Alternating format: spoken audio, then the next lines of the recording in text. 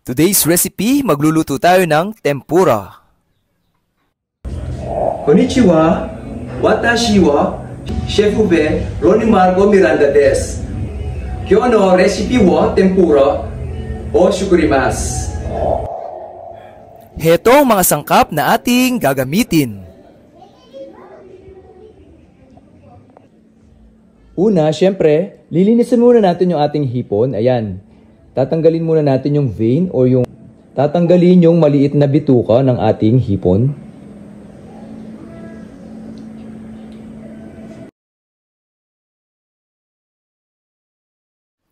Pagkatapos nating malinisan yung ating hipon, ayan, tanggalin natin yung ulo ng hipon. Ayan, babalatan natin.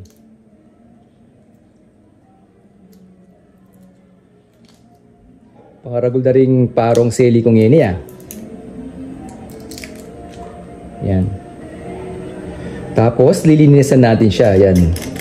Squeeze lang natin or scrape lang natin yung dito. Yan.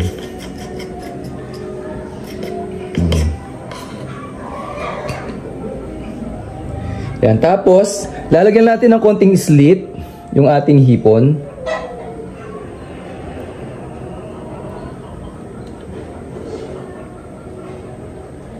Para humaba siya pag pinrito natin siya. Yan. Tsaka para hindi siya nakakurba. Yan. Yan. Okay. After nating malinisan yung ating hipon, ayan, syempre, sisisunan muna natin ng salt and pepper.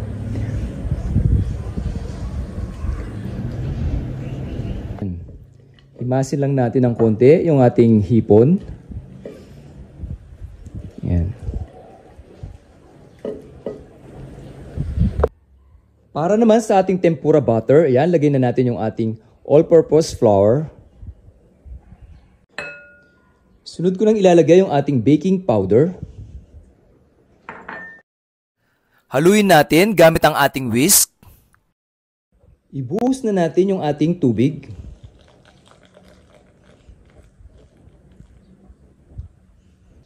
Ngayon, lagyan natin ng itlog yung ating tempura butter. Okay.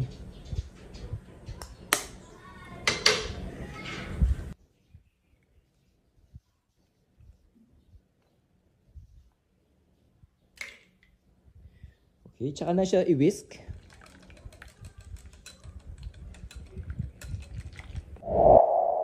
Ready na yung ating mga ingredients at naka-assemble na, pwede na tayo mag-deep fry ng ating tempura. Ngayon, sindihan na natin yung ating kalan.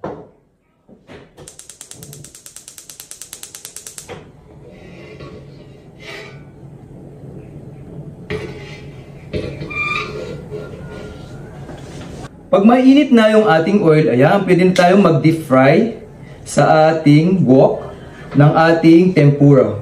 Lagyan muna natin ng konting yelo yung ating butter.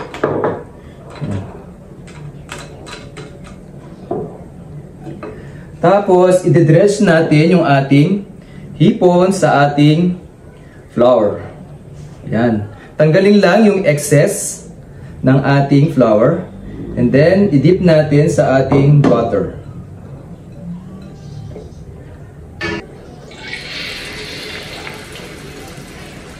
Yan.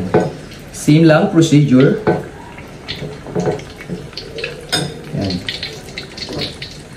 Tanggalin lang natin yung excess flour sa ating hipon.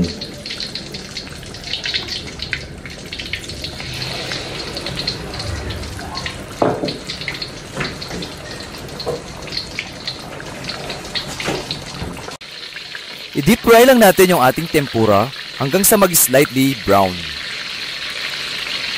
Para naman sa ating tempura sauce, nilagay ko na yung ating tubig, sugar, yung ating seaweeds at mirin. Pag natunaw na yung ating sugar, yan, tsaka natin lalagay yung ating soy sauce. Yan.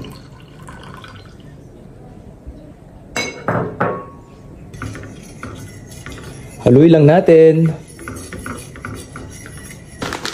Ilagay na natin yung ating cashew bushi. Yan. Ang kashubushi or yung tuna flakes, pwede siyang mabili sa supermarket at sa mga Japanese market. Ilagay na natin yung ating wine.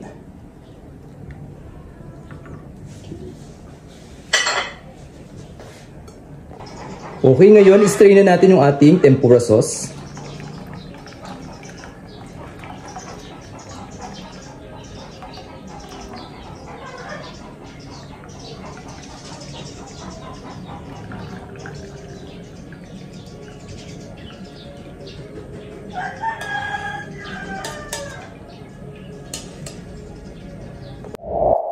Heto na yung finished product ng ating tempura. Ngayon, tikman natin yung ating tempura. Okay. Heto yung ating grated ginger and grated radish.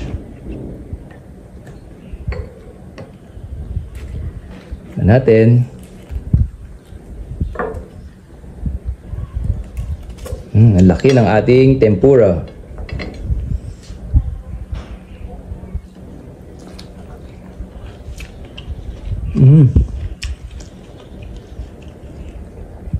Yaman na po.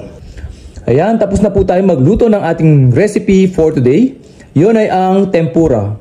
Thank you for watching!